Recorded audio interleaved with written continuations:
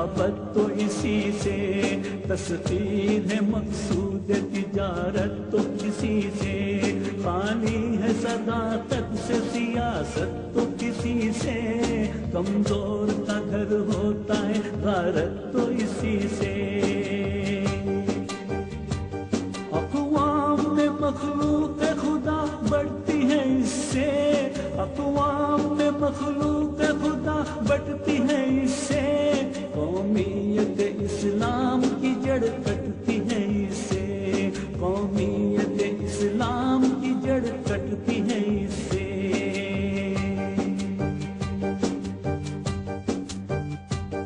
اس دور میں اور ہے جام اور ہے جم اور، ساقی نے بنا کی روش لطف و ستم اور، مسلم نے بھی تعمیر کیا اپنا حرم اور، تہذیب کے آذر نے ترشوائے صنم اور،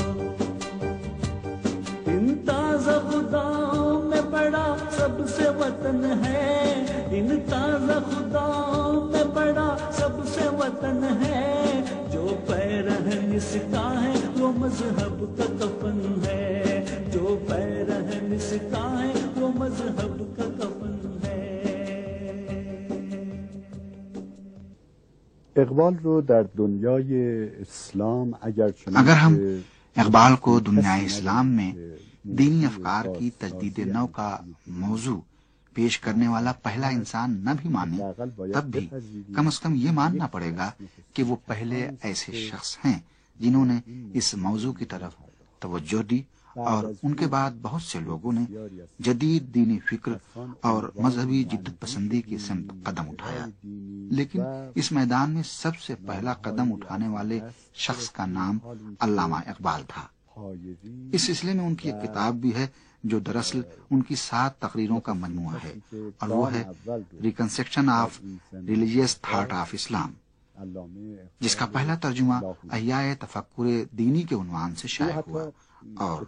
دوسرا ترجمہ میں نے کیا جس کا عنوان تھا دینی افکار کی تعمیر نو۔ حقیقت یہ ہے کہ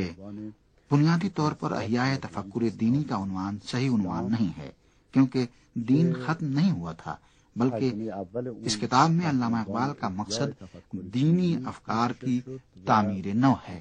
اور خود انہوں نے بھی ری کنسٹرکشن کی لفظ استعمال کی ہے، اور یہ پوری کتاب اسی معنی کی ترجمانی کرتی ہے، یعنی ان کا مقصد احیاء دین نہیں بلکہ ان کا مقصد تعمیر نو و تجدید ہے، اور یہاں پر تعمیر نو و تجدید سے مراد بھی دین فہمی اور دینی عقائد و افکار پر دوبارہ غور و فکر کرنا ہے۔ علامہ اقبال رحمۃ اللہ علیہ کا نظریہ یہ ہے کہ دین کے بہت سے اصول و عقائد پر پھر سے غور کرنے اور انہیں سمجھنے کی ضرورت ہے، اور اسے دنیا میں ہر لمحہ رونما ہونے والی تبدیلیوں کے مطابق ڈھالنے کی ضرورت ہے، اور یہ نیا فہم ہمارے دور کے حالات سے مطابق ہو۔ مثلا اگر 1400 سال 1500 سال پہلے یہ کہا جاتا تھا کہ عورت کو زیادہ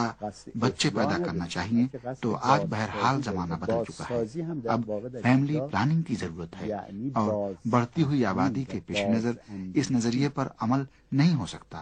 آج یہ نہیں ہو سکتا کہ ان معیارات کو اختیار کیا جائے۔ اس نظریے کی اس وقت قدر و قیمت تھی اور وہ صحیح بھی تھا، لیکن آج اس کی اہمیت نہیں رہی۔ جس طرح تاریخ میں پہلے بہت سے فلسفی اور غیر فلسفی نظریات معتبر تھے، لیکن آج ان کا اعتبار ختم ہو چکا ہے اور وہ معیار نہیں رہ گئے ہیں، لیکن اس کا مطلب یہ بھی نہیں کہ اس دور میں بھی ان نظریات کی اہمیت نہیں تھی۔ نہیں، ان کی اپنے زمانے میں حیثیت تھی اور وہ معتبر تھے۔ بنابراین علامہ اقبال جب تعمیر نو یا تجدید کی بات کرتے ہیں تو ان کا مقصد یہی ہے۔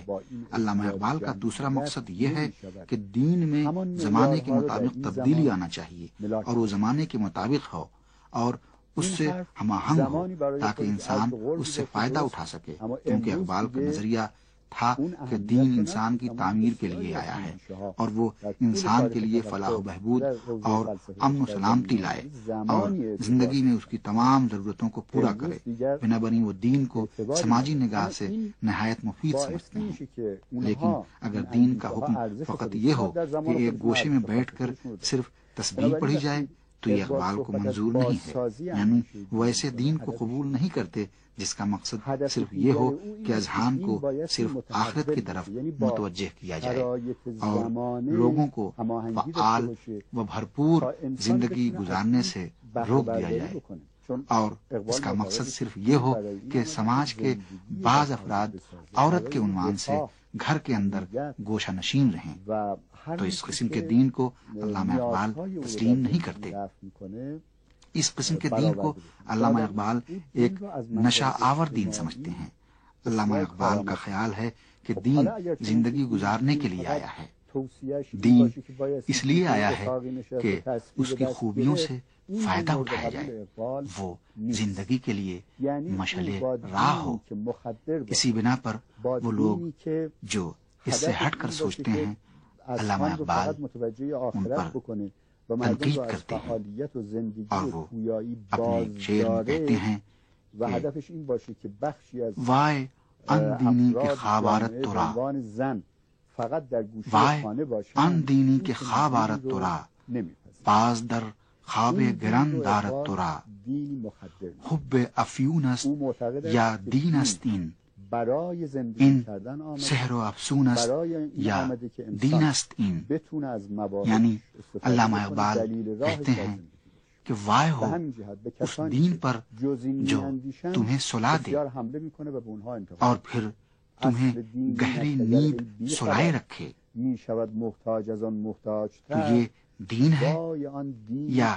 افیون سے محبت ہے، یہ سحر و جادو ہے یا دین ہے۔ علامہ اقبال رحمۃ اللہ علیہ اس طرح کے دین کو تسلیم نہیں کرتے۔ ان کی نظر میں اسلام بہت وسیع دین ہے، ایسا دین جس میں زمانے کے ساتھ زندگی گزاری جا سکتی ہے، اور یہی وجہ ہے کہ اس قسم کے دین کے لیے ان کے پاس نہایت قابل قبول دلیلیں موجود ہیں۔ علامہ اقبال کہتے ہیں کہ اسلام کا ایک اصول و قانون اجتہاد ہے جو دوسرے کسی بھی دین میں نہیں ہے، اور یہی اصول اجتہاد دین کو مستحکم و معقول بنا سکتا ہے اور جدید زندگی میں بھی مشعل راہ بن سکتا ہے۔ دین رو پویا و متحول و به سوی زندگی نوین میتواند راهنمون شود۔